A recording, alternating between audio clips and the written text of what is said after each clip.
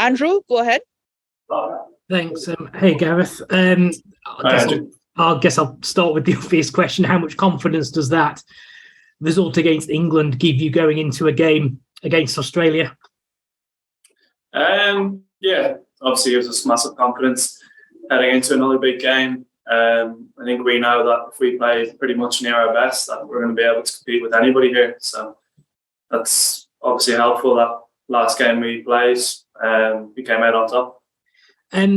There's been a little bit in the surfaces throughout this World Cup. You guys made good use of it in those opening overs of England's run chase. Do you think that brings you guys into the game a bit more if these are perhaps on the slightly lower scoring side matches? And do you expect some help from the Gabba pitch?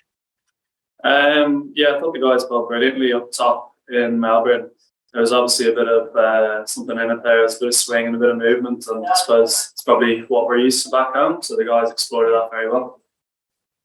And final one for me, Australia tend to be a side that want to come very hard. They've packed their batting lineup with big hitters. They've left out someone like Stephen Smith. Do you think your bowlers, is that something that you think will keep your bowlers in the game? You're quite excited about that challenge of taking on a batting lineup that looks like they're going to come hard, particularly with net run rate potentially being a scenario in this group? Yeah, they're obviously definitely packed with a lot of good and a lot of powerful players, but as we kind of saw the other day, that if they're not at the races and we are, well then they're going to give us chances. So I think that'll be the same thing that'll apply to Australia. Thanks so much. Go well. Thank you.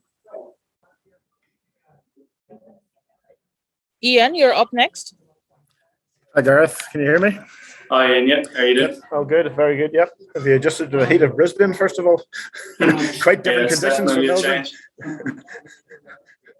Quite different conditions from Melbourne, obviously.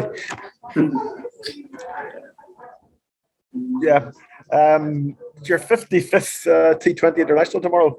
Already, just 3 years after your debut, and obviously now you're the #1 spin bowler. Have you adjusted to the the international setup and the #1 bowler? Sorry, I couldn't really hear that bit there. I'm saying it's already your 55th T20 International tomorrow. Yeah. Just 3 years after your debut.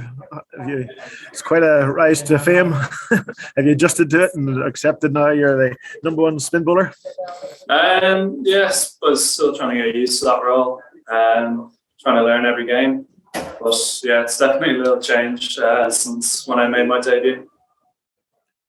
It'll be your first game against Australia, of course. Playing in front of the crowd. Are you excited by that? Daunted by it, or do you think it'll inspire you as well? Yeah, it's definitely an exciting opportunity to play Australia, especially in Australia as well.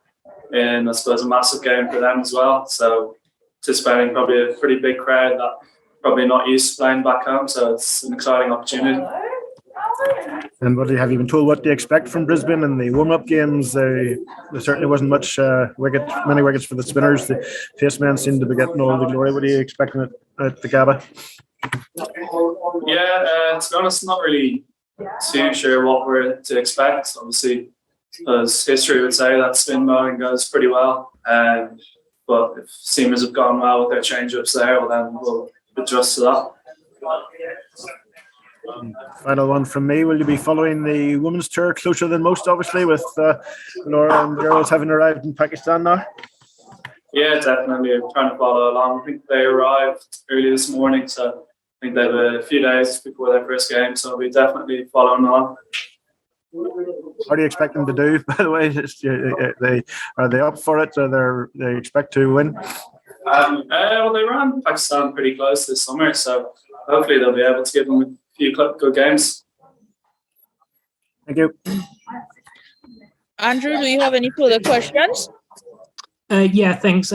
Just to follow up on the spin bowling one, Gareth, if I can. I mean, Adam Zampa's had a lot of success over here in Australia. Have you looked at what he's done to be successful and sort of how he goes about his work out here? At times, yeah. He's obviously an extremely skilled bowler. he knows what he's able to do. He's great variations and mix up, change up. So he uses that to his advantage. Obviously, boundaries here are pretty big, so you get that a little bit more leeway as a spinner. That if batters want to take you on, they pretty much need to middle it to get boundaries or sixes. So you're always in the game, I think. And just one final one. The Ireland top order played very well to set up that game against a strong England attack that had Mark Wood bowling at 150 Ks at times as well. Australia have got 3 guys who can sort of touch that. Have you spoken about a game plan and sort of how you'll go about tackling the sort of Stark, Hazelwood, Cummins trio that you're likely to face?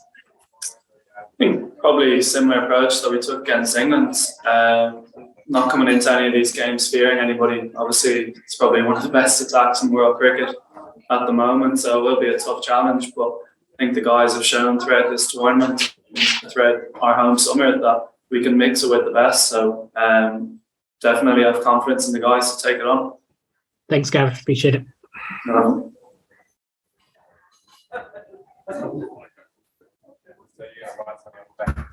We have one late person that joined in. Umesh, do you have any quick questions for?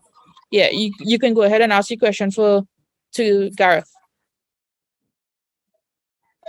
My question is that the Irish team is also coming from a washed-off match, and Australia is also coming from a washed-off match. So how we are looking that how important will this match be for both the teams, and what will be the Ireland's mindset Sorry, before going? Not that clear coming through there. Sorry, could you repeat this? Am I audible? You're not clearly audible. Can you be? Just let me disconnect. Yeah, am I audible now? A little bit better.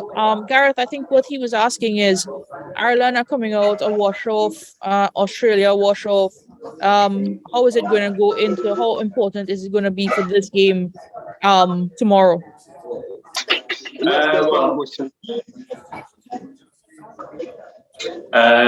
It's obviously a must-win game for both sides. So both teams will be coming pretty hard. Obviously, Australia at home are the favourites, so I suppose pressure is pretty much all of us, really. We're just going to try and go out there and put in a good performance, and if we do, we'll hopefully be thereabouts results-wise.